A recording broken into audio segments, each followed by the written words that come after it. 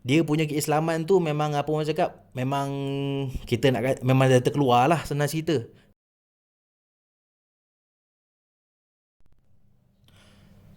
Assalamualaikum warahmatullahi wabarakatuh kepada penonton channel ini. Hari ini aku nak kongsikan dengan korang sedikit sebanyak tentang asas-asas agama Islam kita ni. Tajuk aku ambil hari ni mudah je. Ini pun tajuk video pertama aku. Aku ambil yang paling simple sekali, iaitu rukun Islam. Dekat sini aku bukanlah nak bahas dalam-dalam sangat rukun Islam ni. Tapi aku nak nak berperingatan lah kepada aku sendiri terutamanya, dan kepada korang-korang yang tengok video ni, tentang pentingnya rukun Islam ni. Pentingnya kita tahu, sebab kadang-kadang memang ada orang pun tak tahu. Dia mengaku Islam tapi dia tak tahu. Tetapi tak semestinya tak tahu tu salah, sebab kadang-kadang di hidup pun dia tahu benda tu, cuma dia tak tahulah, itu dipanggil rukun Islam. Tapi kat sini bukan nak cerita banyak-banyak pasal tu. Aku nak terus masukkan supaya kita, aku nak terus masuk dalam tajuk ni supaya kita boleh terus faham lah. Dan ini pun semampu aku je, sebab aku pun bukanlah ustaz ke, bukan orang agama, tapi aku nak kongsi lah. Sebab Nabi cakap kan, sampaikanlah dari aku walaupun satu ayat. Jadi aku pun nak sampaikanlah sikit kan, nak kumpul pahala sikit-sikit, agar-agar kita semua dapat, insya-Allah. Okey. Rukun ni apa? Rukun Islam ni apa? Rukun ni dia macam satu prinsip ataupun apa orang cakap, satu tetapan yang bila dilanggar, macam mana? Bila langgar tu dia salah. Maksud kalau dia langgar tu, dia dah meruntuhkan sesuatu benda tu bila benda tu terbina atas tu. Senang cerita lah. Senang cerita, Islam ni terbina atas 5 perkara. Aku terus masuk lah kan. Islam ni terbina atas 5 perkara. Yang pertama sekali, mengucapkan 2 kalimah syahadah, asyhadu an la ilaha illallah wa asyhadu anna muhammadar rasulullah. Yang kedua, menunaikan solat 5 waktu sehari semalam, solat fardu ni. Lepas tu yang ketiga, menunaikan zakat. Lepas tu menunaikan haji ke Baitullah kalau mampu. Lepas tu yang last sekali, puasa di bulan Ramadan. Tak kisahlah susunan macam mana pun, tapi 5 perkara ni memang menunjukkan keislaman seorang tu. Okey. Sekarang ni ada satu macam isu lah sedikit kan. Orang yang tak solat ni macam mana, apa status keimanannya, apa status keislamannya. Itu semua ulama-ulama bincang. Bukan aku pun nak cerita banyak pun tak boleh. Jadi aku ambil yang mana yang aku dah research ni untuk korang lah kan. Okey, pentingnya rukun Islam ni. Sekejap aku tulis rukun Islam ni, senang sikit. Okey, pertama sekali tadi, 2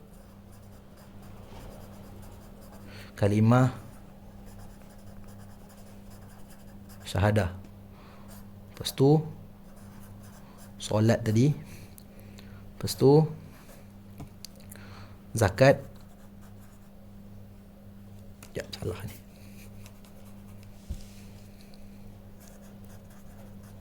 Lepas tu haji. Last sekali puasa. Okey. Kat ujung video nanti aku akan letaklah apa tu, hadis tu. Hadis ni yang menunjukkan, biar aku dapat kongsi dengan korang kan. Satu hadis, setiap satu video satu hadis pun dah boleh lah. Okey. Sekarang ni aku bila jadi suatu isu ni, bila kita ceritakan tentang keislaman seorang ni kan, kita tak boleh kita ni jangan bermudah-mudahan kafirkan orang tu. Kita jangan mudahkan kafirkan seorang itu melainkan dah jelas.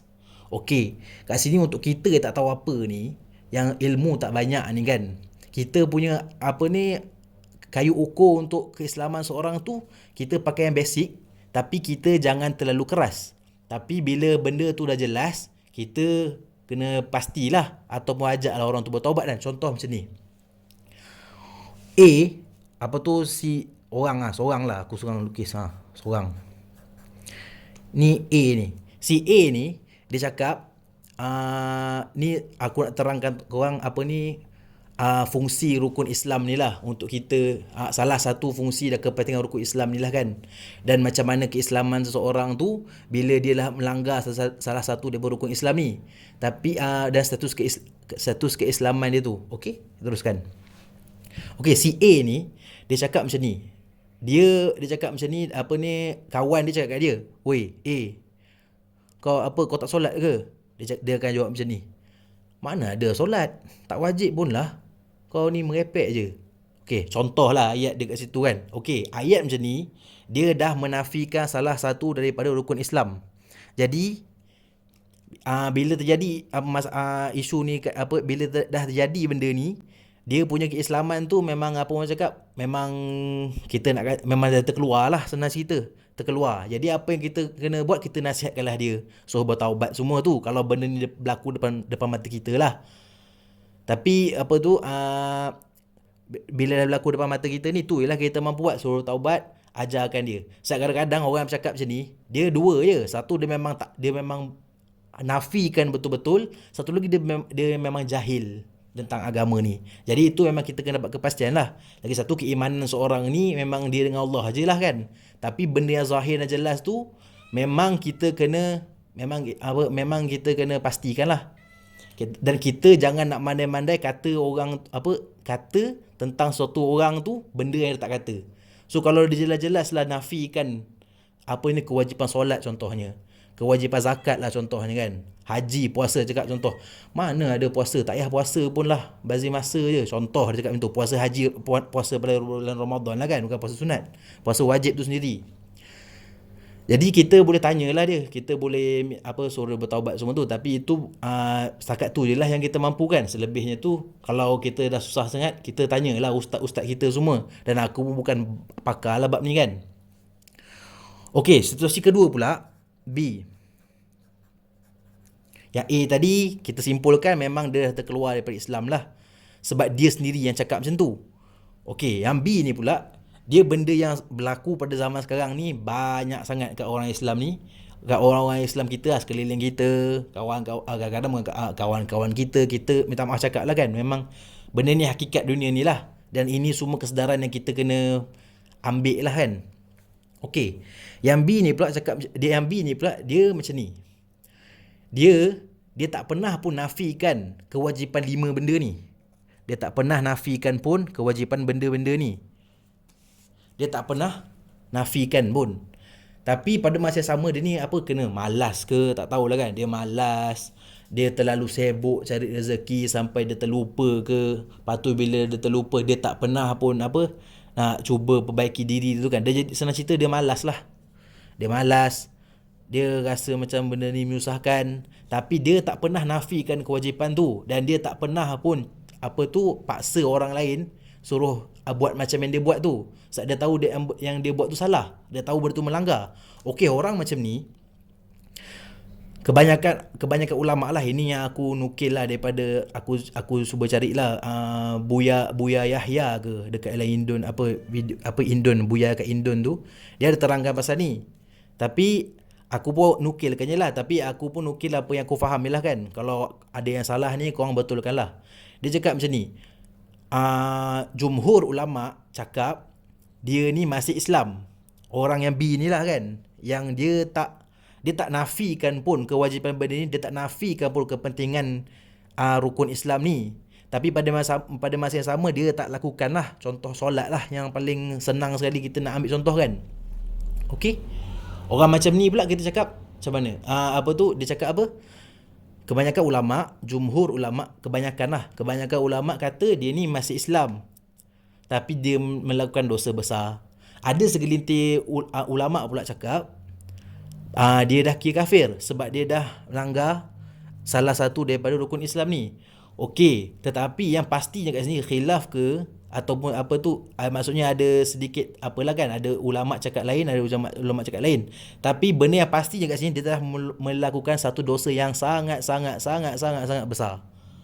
Sebab fardu ni, dia punya kepentingan tu memang boleh menjamin syurga lah.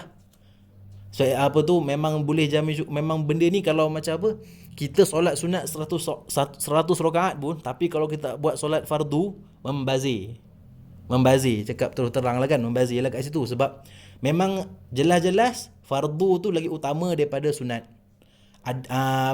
Dia punya ganjaran lah, resi kepentingan lah. Sebab tu nak buat fardu ni susah. Bukan susah macam mana, susah kalau kita biarkan nafsu kita mendahului kita, nafsu kita menguasai kita, memang benda ni susah. Okey, jadi itu yang aku nak kongsikan kepada korang ni. Pentingnya tahu rukun Islam ni, lepas tu tahu pentingnya Kita tahu kan status keislaman diri kita sendiri juga. Kita tengoklah diri kita ni. Kita jaga tak solat, kita buat tak zakat, haji ni kita ada usaha tak, puasa ni kita ada usaha tak. Dia yang aku cakap ni untuk orang-orang yang mampu buat. Contohlah zakat ni bukan semua orang mampu, sebab itulah zakat ni ada. Zakat ni untuk orang yang mampu ni, dia sedekah yang wajib. Ni yang aku faham lah. Dia sedekah yang wajib, dia bagi untuk orang yang fakir miskin. Maksudnya memang orang tu tak mampu nak bayar zakat. Haji pun sama. Haji ni untuk orang yang mampu lah. Kalau tak mampu tapi dia tak usaha, itu aku tak tahulah kan. Aku tak berani nak pula cakap benda macam ni kan. Tapi yang penting kita kena usaha lah. Sebab benda ni salah satu rukun Islam. Puasa juga macam tu.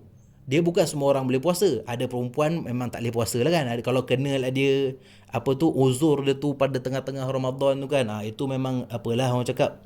Memang dia tak boleh lah, nak ke tak nak dia tak boleh, dan dia kena gantilah kat situ kan. Okey. Balik pada aku nak sampaikan kepada benda yang aku nak sampaikan kepada korang lah hari ni kan. Jap. Ada ni sekejap.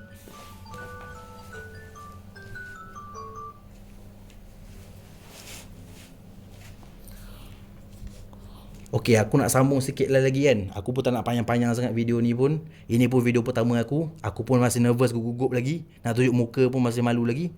Okey, tapi kesimpulan yang aku nak buat kat sini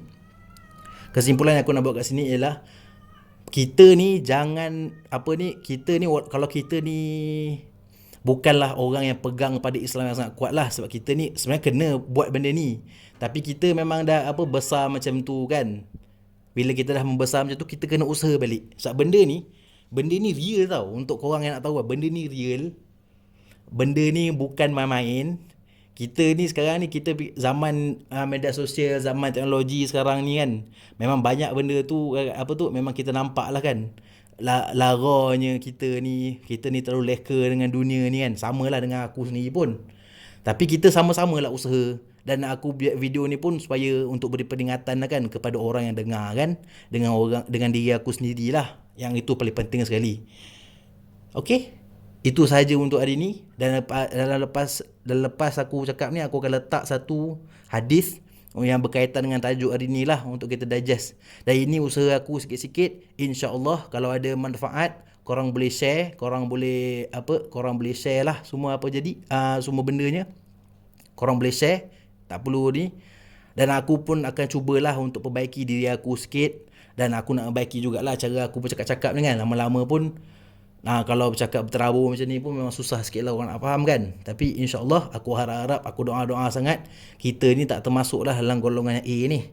Dan kita pun minta lah dekat Allah, janganlah masukkan kita dalam golongan B ni. Sebab kita contoh terbaik kita adalah Nabi Muhammad SAW. Dan kita tengok dia punya hidup macam mana. Kita tengok para sahabat hidup macam mana. Dia orang tak pernah. Dia orang mesti jaga benda ni 100%. Dan kita pun kena usaha. Kita kena strive for that lah. Okay? InsyaAllah. Assalamualaikum warahmatullahi wabarakatuh. Kita jumpa pada video akan datang. InsyaAllah.